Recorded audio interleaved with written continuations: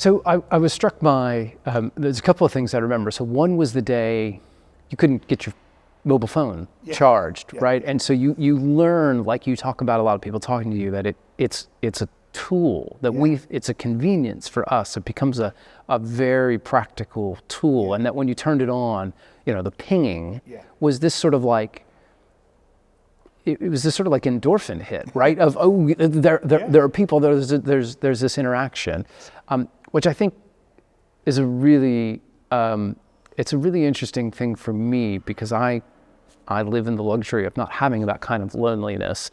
I'm often trying to escape people to do the things that I, to read and to think and what have you.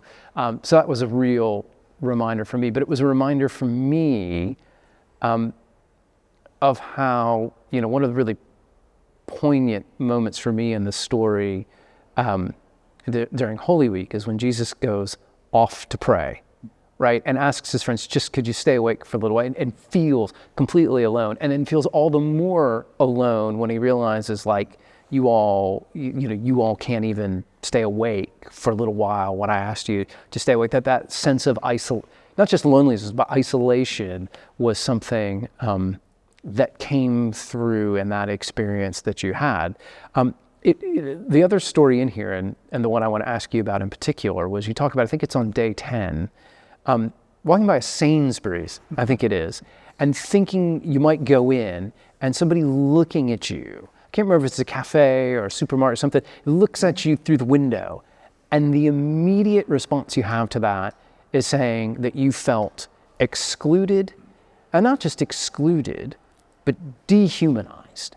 Right, like in the way that you talk about what causes someone to cry out and imagine such dreadful things. It's so they don't even feel like other people see them as humans anymore. Maybe that you have this sense that people are looking at you, and you're not even sort of the same species anymore in that way. Yeah. So reflect a little bit on. I'd love to hear you talk a little bit more about your experience of that, but the experience, but also, I mean, as someone, has facility with the Bible and believes in this idea that we're all created in the image of God, what is that, from a theological standpoint, what is that sense that someone looks at you and says, we're not even the same thing, in that kind of dehumanizing way? Yeah, I mean, I was walking down the hill, and it's a fairly affluent part of Sheffield, and it's just a small Sainsbury's, and I hadn't eaten. I knew where it was. I knew I was going to walk past it, and I knew I was going to go in and just not buy much. And what is interesting for me is, did that person judge me or not? I don't know that. But I was carrying so much sense of that judgment within me after all of those days. There were a few days really, but after all those days, that I interpreted his look, and I may have been very right, but I just don't know. And this thing about, when we talk about trauma and people living in that space of survival and trying to defend their right to exist, we talk about them interpreting neutral cues negatively. And I think, that's exactly what I did. He was just he couldn't go in, he got a dog, he was waiting outside, presumably whoever was inside, he was waiting for it to come out. He was smartly dressed, and he looked me up and down as I walked towards it, and I just felt this just immediate sense of, and I didn't go through this process of thinking I can't go in. I just naturally walked past, and then told myself off, and for being stupid, really. The thing is, biblically, there are so many people we see casting that sort of light who are not acceptable, particularly in some of the Jesus stories, let's walk past Bartimaeus. Who is he? Just somebody sat at the side of the road.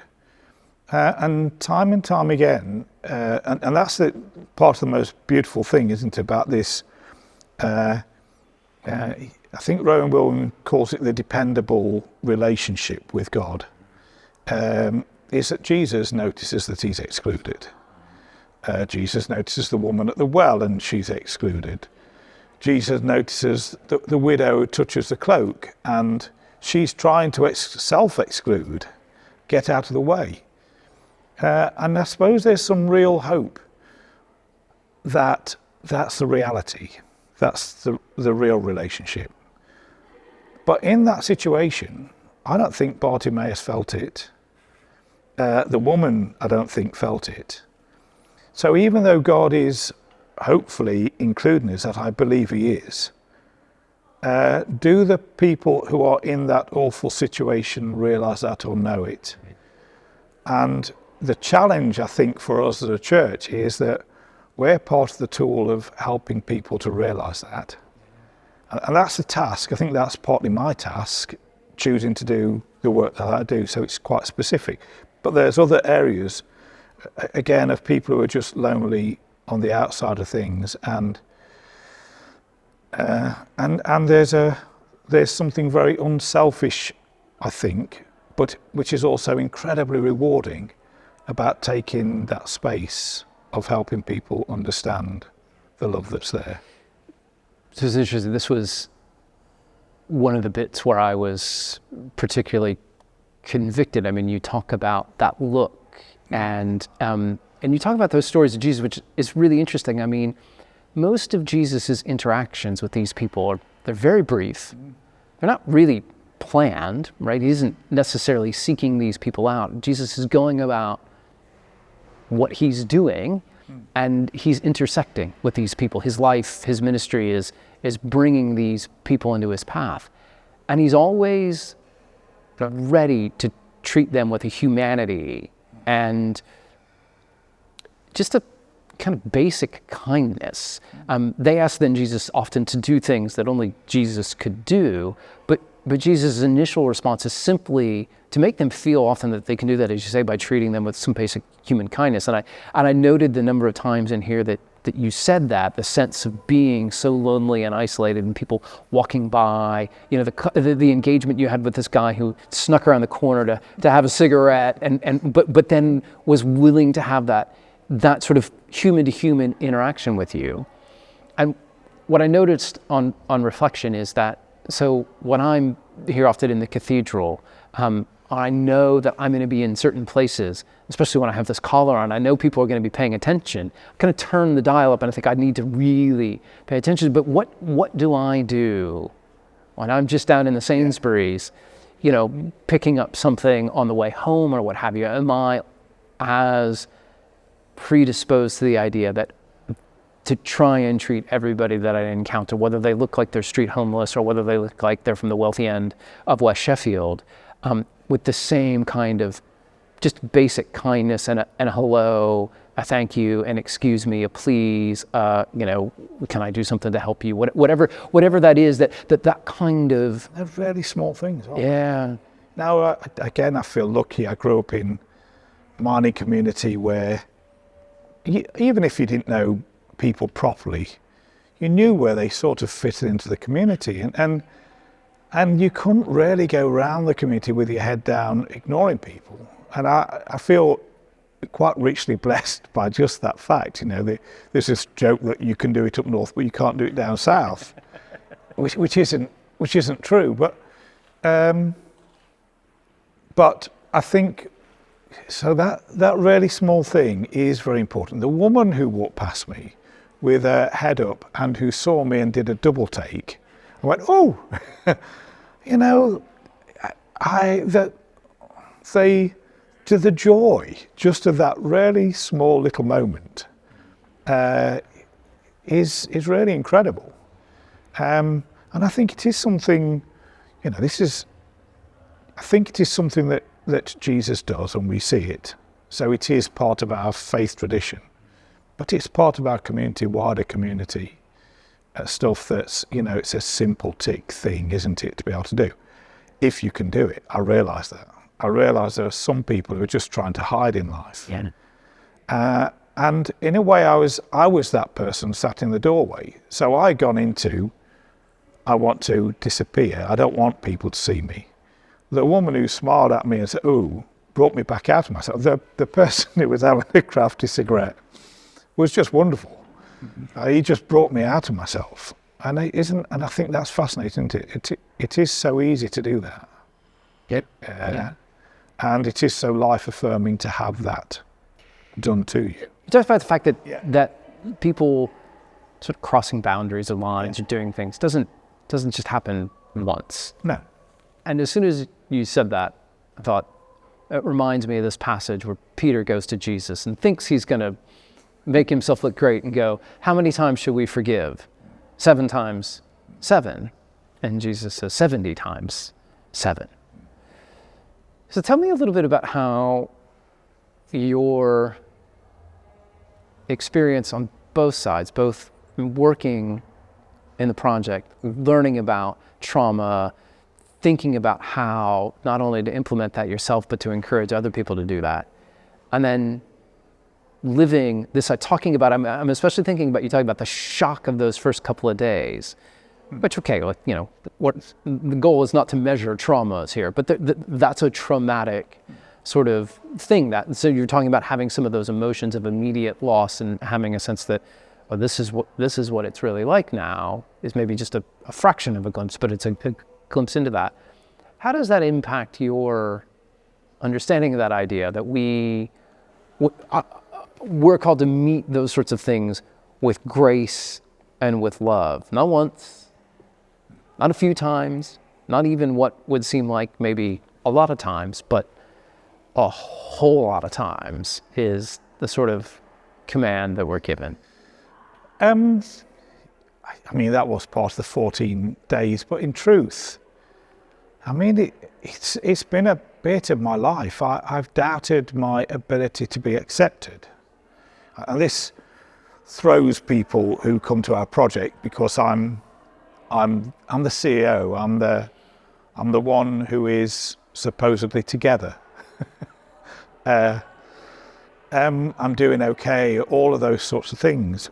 But I am just acutely conscious, I have been for ages, of the number of times I've failed people and of their graciousness with me, really. They had no reason to forgive me or to give me another chance and all those sorts of things. And I'm conscious of that.